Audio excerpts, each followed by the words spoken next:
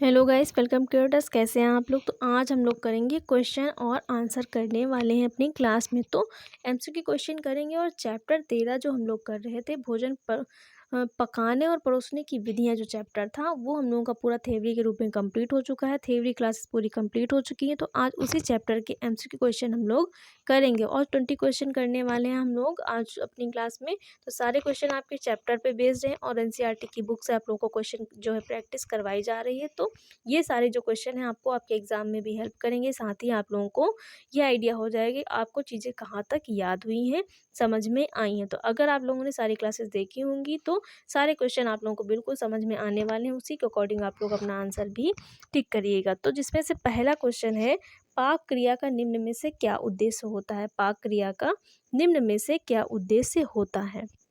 जो पाक क्रिया है वो भोजन पर क्यों किया जाता है, भोजन को क्यों पकाया जाता है, उस पकाने का उद्देश्य क्या होता है। भोजन को सुपाच्य बनाना, भोज्य पदार्थों को स्वादिष्ट बनाना, भोज्य सामग्री को आकर्षक बनाना, उपयुक्त सभी। तो पाक क्रिया का मुख्य उद्देश्य क्या होगा। भोजन को सुपाच्य बनाना, भोज्य पदार्थों को स्वादिष्ट बनाना, या फिर जो है भोज्य सामग्री आकर्षक बनाना, इनमें से सभी। तो यहाँ पर ऑप्शन नंबर जो डी है आप लोगों का राइट हो जाएगा। ये सभी उद्देश्य पाक क्रिया के होते हैं।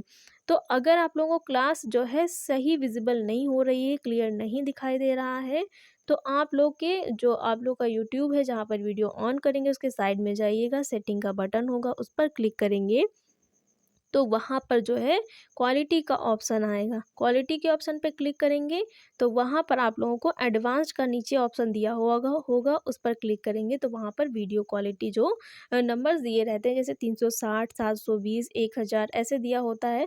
360 पे करेंगे तो आपको क्लियर दिखाई देगा और उस पर भी नहीं, वो ऑप्शन नहीं है तो 720 होगा, उस पर करेंगे तो सारी चीज़ें एकदम साफ़ और क्लियर दिखाई देंगी। तो अगर साफ़ नहीं दिखाई देता है तो आप लोगों को अपने फ़ोन की जो क्वालिटी है वो सेट करनी पड़ेगी, तभी आप लोगों को जो चीज़ें हैं या क्लास है वो बिल्कुल साफ़ और क्लियर दिखाई देगी। तो ये सेटिंग आप लोग अपने फ़ोन में ज़रूर अप्लाई किया करिए जब वीडियो को ऑन किया करिए, जिससे आप लोगों को सारी चीज़ें बिल्कुल साफ़ दिखाई देंगी। अगला क्वेश्चन है, निम्न में से किसके द्वारा भोज्य पदार्थों को विविधता दी जाती है। तो किसके द्वारा भोज्य पदार्थों को विविधता दी जाती है। भोजन परोसकर, पाक क्रिया द्वारा, ए और बी दोनों, इनमें से कोई नहीं। तो भोज्य पदार्थों को विविधता किसके द्वारा दी जा सकती है। तो भोज्य पदार्थों को विविधता जो है पाक क्रिया के द्वारा दी जाती है मुख्यतः। तो कहीं कहीं पर परोसकर और पाक क्रिया दोनों ऑप्शन होगा, लेकिन जो है पाक क्रिया के द्वारा विविधता दी जा सकती है। जैसे कि कोई चीज़ हम फ्राई करके बना रहे हैं या डीप फ्राई करके बना रहे हैं, कोई चीज़ हम लोग भाप में पका रहे हैं या फिर सैलो फ्राई कर रहे हैं, तो पाक क्रिया के द्वारा जो है विविधता दी जा सकती है। ऑप्शन नंबर बी यहाँ पर आप लोगों का करेक्ट हो जाएगा। अगला क्वेश्चन है, प्रेशर कुकर में किस प्रकार खाना पकाया जाता है। प्रेशर कुकर में जो भोजन होता है वो किस प्रकार पकाया जाता है। उबाल कर, तल कर, भून कर, भाप द्वारा। तो प्रेशर कुकर में भोजन किस प्रकार पकता है। उबाल कर पकता है, तल कर पकता है, भून कर पकता है, भाप के द्वारा पकता है। तो प्रेशर कुकर में जो भोजन है वो भाप के द्वारा पकता है। अगला क्वेश्चन, यहाँ पर डी ऑप्शन आप लोगों का राइट हो जाएगा। अगला क्वेश्चन है, चिकनाई द्वारा निम्न में से किन विधियों द्वारा बनाया जाता है। मतलब चिकनाई द्वारा भोजन निम्न में से किन विधियों द्वारा बनाया जाता है। तलने की गहरी विधि द्वारा, तलने की शुष्क विधि द्वारा, तलने की उथली विधि द्वारा, उपरोक्त सभी। तो चिकनाई द्वारा भोजन किन विधियों द्वारा बनाया जा सकता है। इन सभी विधियों द्वारा बनाया जा सकता है। तो ऑप्शन नंबर डी यहाँ पर आप लोगों का राइट हो जाएगा। अगला क्वेश्चन है, घी तेल में तलकर पकाया गया भोजन होता है, कैसा होता है। सर स्वादिष्ट होता है या सर्वोत्तम होता है, गरिष्ठ होता है, इनमें से कोई नहीं। घी और तेल में जो तलकर भोजन पकाया जाता है वो कैसा होगा। सर्वोत्तम होगा, स्वादिष्ट होगा, गरिष्ठ होगा, इनमें से कोई नहीं। तो कैसा होता है, गरिष्ठ होता है। वो आसानी से पचता नहीं है। तंदूर में रोटी सेकने की भट्टी का आकार किस प्रकार का होता है। जो तंदूर होता है उसमें जो रोटी सेकने की भट्टी होती है उसका आकार कैसा होता है। बेलनाकार, चतुष्कोणीय, गोल, गोलाकार, ये सभी। तो अधिकतर जो है गोलाकार देखने को मिलता है। जो तंदूर में सेकने की भट्टी होती है, रोटी सेकने की भट्टी होती है, तो गोलाकार अधिकतर देखने को मिलता है। बेलनाकार तो नहीं मिलता है, आई होप गोलाकार होता है। तो ऑप्शन नंबर बी यहाँ पर आप लोगों का राइट हो जाएगा। अगला क्वेश्चन है, सोयाबीन व मूंगफली को किस विधि से भूनते हैं।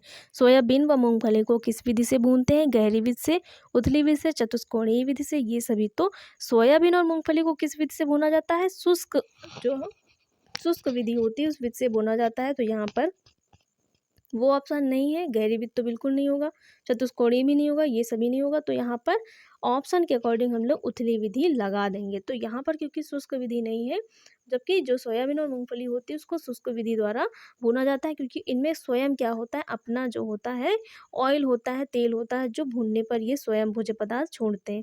अगला क्वेश्चन है, भोजन परोसने की किस शैली में भोजन खड़े होकर के किया जाता है? कौन सी शैली में भोजन खड़े होकर के किया जाएगा? देसी शैली में, भारतीय शैली में और पाश्चात्य शैली में। तो जो देसी शैली, भारतीय शैली एक ही चीज़ है। पाश्चात्य शैली में किस प्रकार किया जाएगा? मेज और कुर्सियाँ होंगी, वहाँ पर बैठ के किया जाएगा, लेकिन जो बुफे शैली है वहाँ पर भोजन खड़े होकर के किया जाता है। ऑप्शन नंबर सी यहाँ पर आप लोगों का करेक्ट हो जाएगा। अगला है, भोजन में नमकीन व्यंजन परोसे जाते हैं। जो नमकीन व्यंजन होते हैं वो भोजन देते समय किस समय परोसे जाएंगे? प्रारंभ में, कभी नहीं, अंत में, उपरोक्त में से कोई नहीं। तो जो नमकीन व्यंजन होते हैं वो प्रारंभ में परोसे जाते हैं। ऑप्शन नंबर ए यहाँ पर आप लोगों का राइट हो जाएगा। अगला क्वेश्चन है, सब्जियों से कलियां ना निकले इसके लिए किस विधि का उपयोग किया जाता है? सब्जियों से जो कलियां हैं वो ना निकले इस विधि से, इसके लिए किस विधि का उपयोग किया जाएगा? सुखा करके रखा जाएगा, चाशनी द्वारा, विकिरण द्वारा, शीतलन विधि द्वारा। तो जो हरी सब्जियां होती हैं उनको जो शीतलन विधि होती है, जो रेफ्रिजरेटर होता है उसमें जो होता है कोल्ड स्टोरेज होते हैं, बड़े स्तर पर, व्यावसायिक स्तर पर ठंडी जगह पर जो होता है फ्रीज करके रखा जाता है। तो शीतलन द्वारा इनका जो इनकी विधि होती है वो शीतलन विधि होती है, जो सब्जियों को सुरक्षित करने या संरक्षित करने के लिए इसका उपयोग किया जाता है। अगला क्वेश्चन है, भोजन पकाने का मुख्य उद्देश्य होता है? क्या होता है? भोजन को सुपाच्य बनाना, भोजन को स्वादिष्ट बनाना, भोजन का संरक्षण, ये सभी। तो भोजन पकाने का उद्देश्य ये सभी होते हैं, अभी हम लोग कर चुके हैं।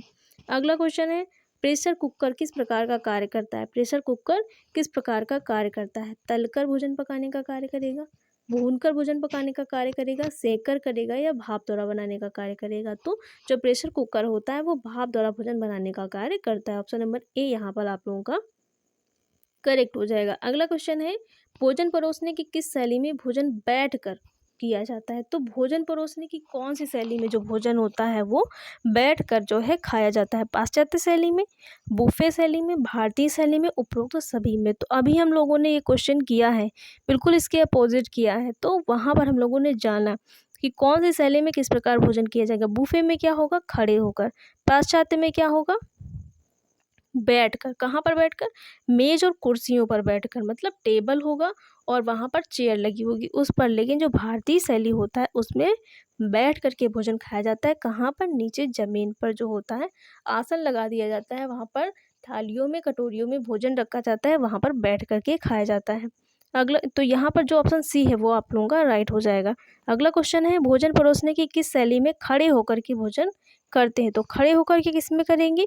देसी शैली में, बुफे में, भारतीय शैली में, उपरोक्त तो सभी में। तो अभी हम लोगों ने जाना कि बुफे में भोजन जो है खड़े होकर के किया जाता है।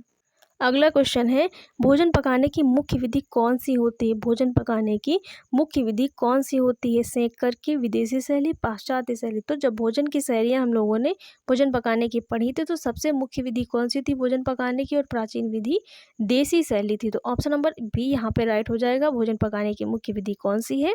देसी शैली है। अगला क्वेश्चन है, भोजन पकाने की उत्तम विधि कौन सी होती है? तलकर भोजन पकाना, मसालों के द्वारा, भाप द्वारा, गहरा तल करके। तो भोजन पकाने की जो उत्तम विधि है, सबसे उत्तम विधि कौन सी मानी गई है? भाप के द्वारा भोजन पकाने की विधि सबसे उत्तम मानी गई है, क्योंकि इस विधि से जो पकाया गया भोजन होता है उसके पोषक तत्व बहुत कम मात्रा में जो है नष्ट होते हैं, या वो नष्ट नहीं होते हैं बल्कि उसी में विद्यमान रहते हैं। भाप के द्वारा पका हुआ भोजन सुपाच्य भी होता है और स्वास्थ्य की दृष्टि भी से भी उत्तम होता है। तो भोजन पकाने की सबसे उत्तम विधि कौन सी है? भाप द्वारा। ऑप्शन नंबर बी यहाँ पर आप लोगों का राइट हो जाएगा। अगला क्वेश्चन है, प्रोटीन पर ताप का क्या प्रभाव पड़ता है?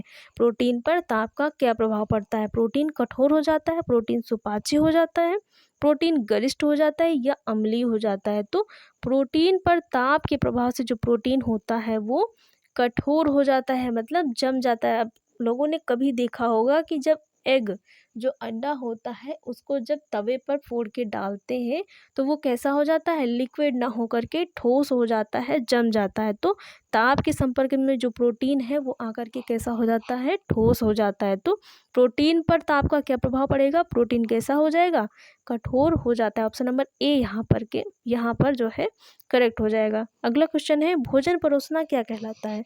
भोजन परोसना क्या कहलाता है, विज्ञान, कला, मनोविज्ञान, गृह विज्ञान। तो जो भोजन परोसना है वो क्या है, एक कला है। भोजन परोसना क्या है, एक कला है। ऑप्शन नंबर सी यहाँ पर आप लोगों का करेक्ट हो जाएगा। अगला क्वेश्चन है दूध को उबालने पर क्या नष्ट हो जाता है। दूध को उबालने पर क्या नष्ट हो जाता है, पोषक तत्व, सूक्ष्म जीव, स्वाद और रंग।